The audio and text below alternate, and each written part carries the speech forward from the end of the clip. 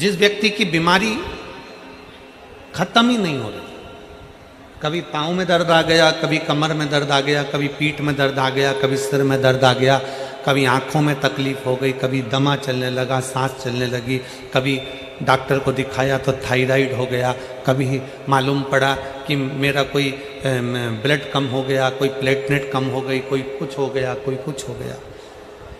Doctor को दिखाओ। हमने कल भी कथा में कहा था, परसों भी कहा था कि डॉक्टर शिव का एक रूप होता है, उसको दिखाओ। डॉक्टर जो दवाई दे कुंदकेश्वर महादेव के नाम से उसको खाओ।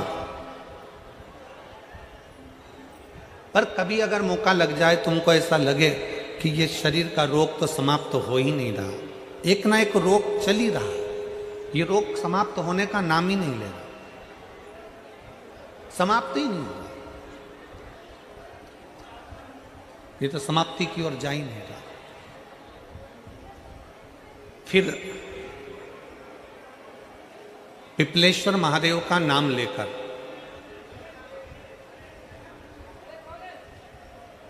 पिपलेश्वर महादेव का नाम लेकर कुछ भी मीठा जो में बना सकते हो, हलवा बना सकते हो हलवा, सीरा बना सकते हो सीरा, खीर बना सकते हो खीर, चूरमा बना सकते हो तो चूरमा, लड्डू बना सकते हो तो लड्डू, जो तुम घर में मीठा बना सकते हो उसका केवल 7 ग्रास का अन्न। कितने ग्रास? जम के बोलो जरा।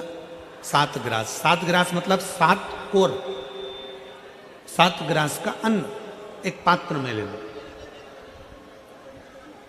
और पिपलेश्वर महादेव का नाम लेकर किसी भी शिवालय में, शंकर के मंदिर में जाकर एक बेलपत्र रखकर उस जो प्रसाद तुम बना कर ले गए हो, जो तुम भोग बना कर ले गए हो, उसका स्पर्श कर कर पिपलेश्वर महादेव का नाम लेकर शंकर को उस भोग को रखकर, बेलपत्र रखकर शिवजी को 7 बार एक ही लोटे का जल, केवल एक लोटे का जल 7 बार उत्तर की ओर मुख कर कर दक्षिण में खड़े होकर शंकर के शिवालय पर 7 बार एक ही लोटे का जल 7 बार थोड़ा थोड़ा कर कर उसको गिरा दीजिए, शिव जी के ऊपर चढ़ा दीजिए 7 बार। बाद में जो प्रसाद पर आपने बेलपत्र रखी है उसी बेलपत्री को उठाकर शंकर के शिवलिंग पर चढ़ा दीजिए।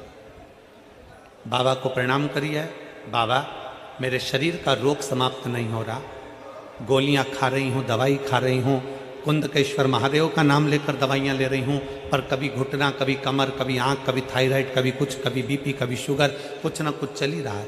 बाबा अब आपको संभालना। किसी भी दिन पिपलेश्वर महादेव का नाम लेकर वो चढ़ी हुई बेलपत्री लियाओ, प्रसाद लियाओ, घर पर आने पर जैसे ही घर के अंदर प्रवेश करो सबसे पहले बेलपत्री को चबा चबा कर खा लो।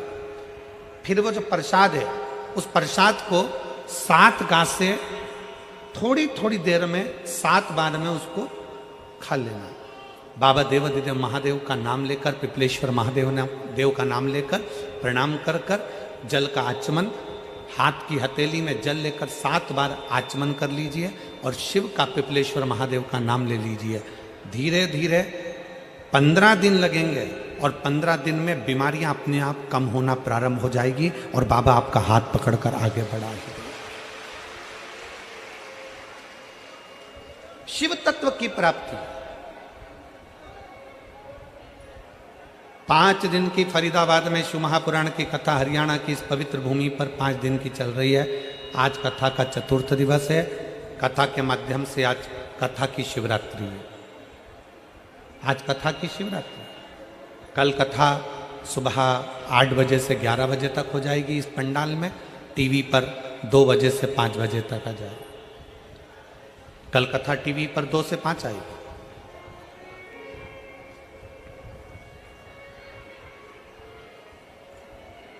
लाखों की संख्या में आप लोग आए हैं। पंडालों में जगह नहीं है, गाड़ियों के गेट खोल खोल के आप लोग बैठे हुए हो, पेड़ों की छांव में बैठे हुए हो, जहां तुम्हें जगह मिल रही है वहां बैठो। व्यर्थ की बातों में समय ना गवाते हुए जो 2-2.5 घंटे हमें कथा के मिले हैं, आज 4th दिवस की कथा को इतने दिल से सुन लो कि तुम अगली बार जब कथा में आओ तो तुम्हारा भी एक पत्र व्यासपीठ पर रखा हुआ मिले कि बाबा ने मेरे ऊपर कृपा की। कैसी भी बीमारी हो, कैसा भी दुख है, कैसी भी तकलीफ है, कैसा भी कष्ट है, कैसा भी समस्या है, पिपलेश्वर महादेव का नाम का थोड़ा सा मीठा बनाकर पूजन कर कर बेलपत्र रखकर शिव को जल चढ़ाकर बेलपत्र वापस शिव के शिवलिंग पर रखकर फिर बाबा को जल समर्पित कर बड़े भाव के साथ में बाबा के उस आनंद को प्रसाद को लेकर आए, उसको पाए, उसको पाई।